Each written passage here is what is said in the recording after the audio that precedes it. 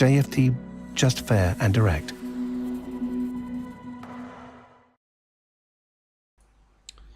Okay, hello and welcome everyone. Welcome to JFD Traders Tea Time with me, Darius Anucauskas. Today is the 20th of November 2020. So yep, welcome everyone. Welcome to this Friday's afternoon quick session where we're going to have a look at the markets, some of the charts, the usual stuff. But before we do that, as always, let's quickly have a read through our risk disclaimer. So, the content we produce does not constitute investment advice or investment recommendation, should not be considered as such, and does not in any way constitute an invitation to acquire any financial instrument or product. As always, a few seconds for you to read the rest and we can continue.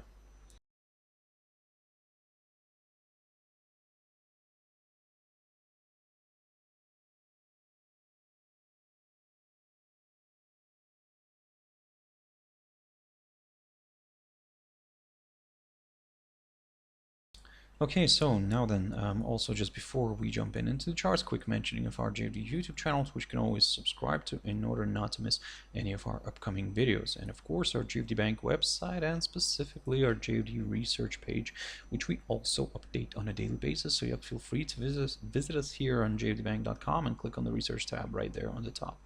Now, jumping into the charts, the first one I want to pick up here is actually not NASDAQ, but going to be the German DAX. That one's because that one's already running. It's running today in positive territory. However, for the whole week, as you can see, there's not much activity. Comparing it to the first 2 weeks of November, of course, when we had these two beautiful rallies here to the upside. So, basically we're having a bit of a consolidation. So this week, so in a way, this whole analysis that I kept talking about throughout this whole week remains the same. So basically, in order to aim for some higher levels, we need to see a push above the 13,300 level, and in terms of the downside, we need to see a drop below the 13,000 mark. So in other words, guys, for now we're just waiting. Of course, this is kind of potentially drawing us a possible bullish flag. However, we cannot really talk about that until we get that confirmation break above the 13,300 level. So let's wait and see. NASDAQ 100. So yesterday the index pushed higher, closed in the positive territory, managed to recover because initially it opened with a gap to the downside. However, as you can see here, I've talked about this index previously, and basically what I was saying, that in order to aim for some higher levels, I would like to see a drop below this 11,801 zone, or in other words 11,800 level, because at the same time this would put the price below the 21-day EMA, and maybe more sellers could see this as a good opportunity to step in. For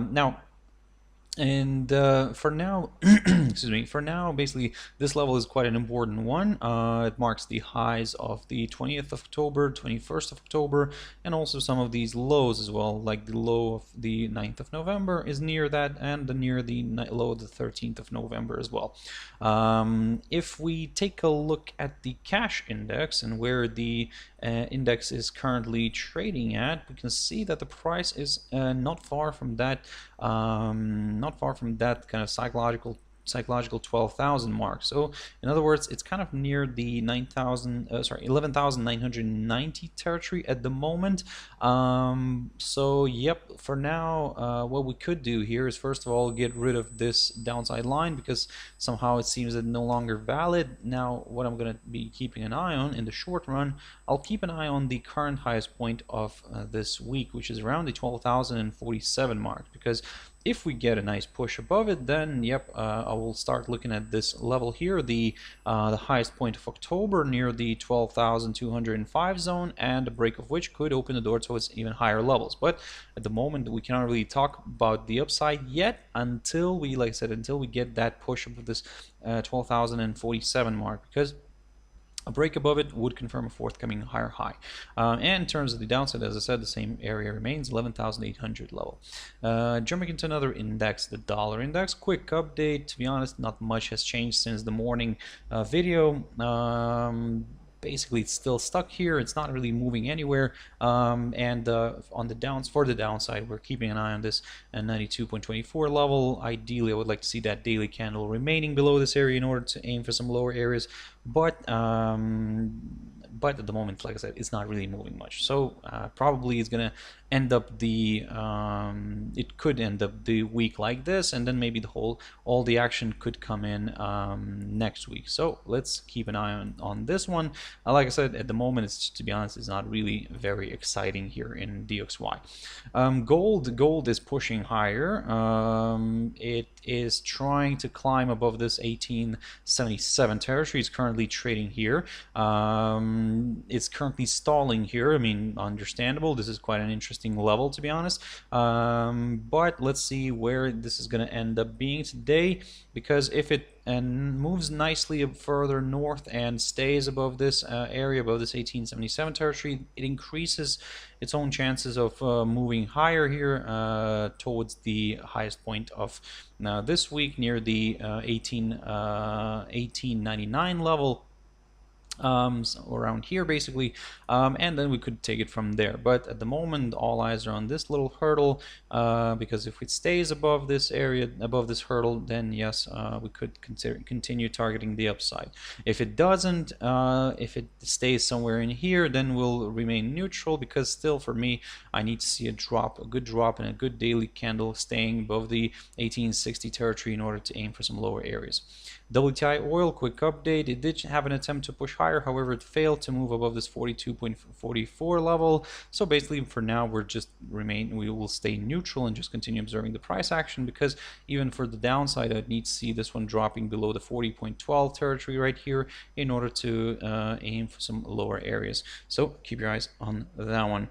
Ethereum, this is what I talked about this morning, and basically what I was saying, that in a way, if it climbs above this 489.50 territory, then yes, I'll aim for some higher levels.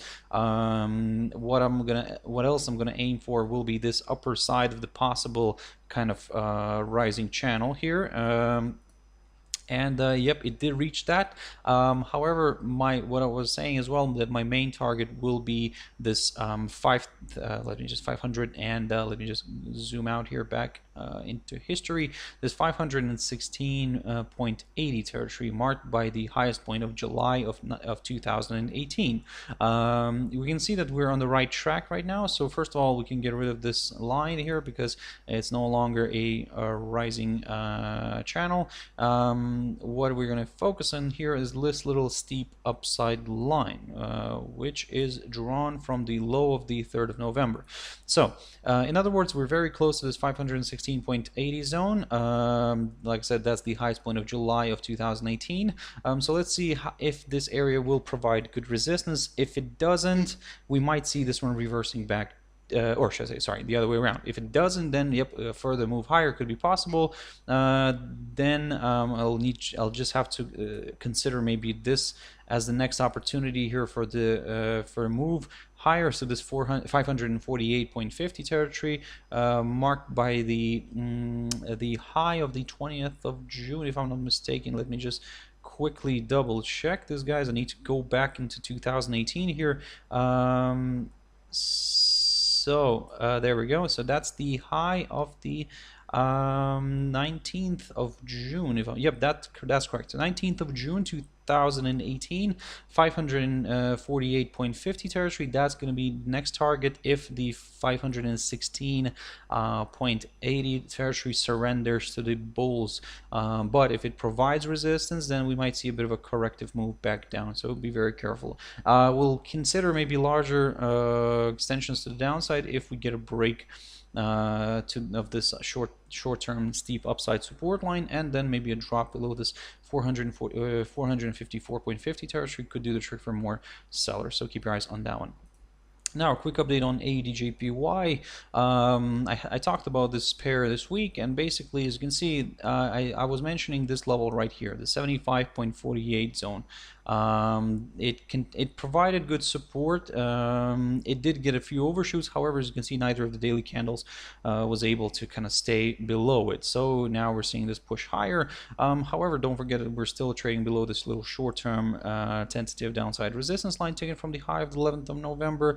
And if you're looking for some higher levels, then at least a break of this downside line is required. So for now, be very careful with that one.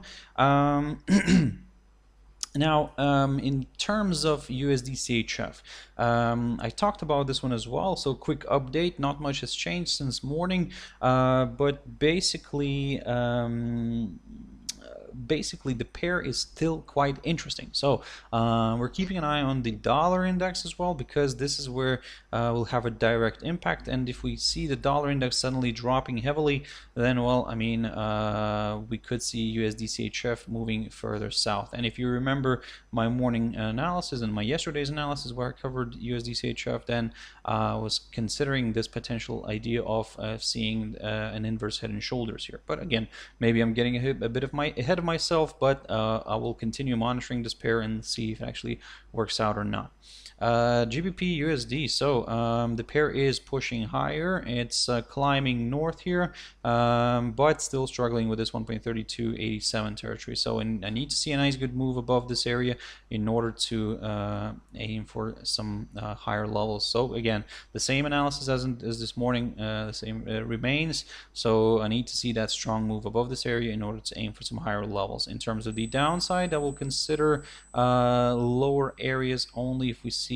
Now, previously I talked about this 1.3177 territory, but now probably I'm going to stick to this little area right here, the 1.3191 zone. So a nice good drop below it may open the door towards a larger correction here to the downside, because don't forget that overall we're still trading above this upside support line taken from the low of the 18th of May. And finally, EURUSD. So the pair is also stuck. I mean, it's not really doing much unless by the end of the, I don't know, euros trading session, something will change, something will come out that might move the market here a little bit, the currency market. But at the moment, there's no clear signal. It seems that everybody already is in the weekend mode. So yep, that's why for now probably we'll leave this one as it is right here. We'll see what it has installed for us for next week. Next week we'll have a look at it, but again, for now, yeah, as I mentioned to you guys this morning, that we need to see the daily candle kind of staying above this, at least above this 1.1880 territory in order to aim for some higher levels. But in terms of the downside, I need to see a good drop below the 1.1795 territory in order to consider a move lower here, at least in the near term. So guys, I hope you found it useful. So yeah, thank you very much for watching and listening. This was a very quick session because, like, again, the market is not really moving much today. So if you want to join me next week on Monday, as always, my traders espresso, and by the way, I can see the likes are coming through here, guys. Thank you very much for the likes. I really appreciate those. So yeah, if you want to join me next week on Monday, my traders espresso, 7 o'clock GMT time. For now, guys, have a wonderful weekend. Stay safe, and I'll see you on Monday. Thank you very much, and bye-bye.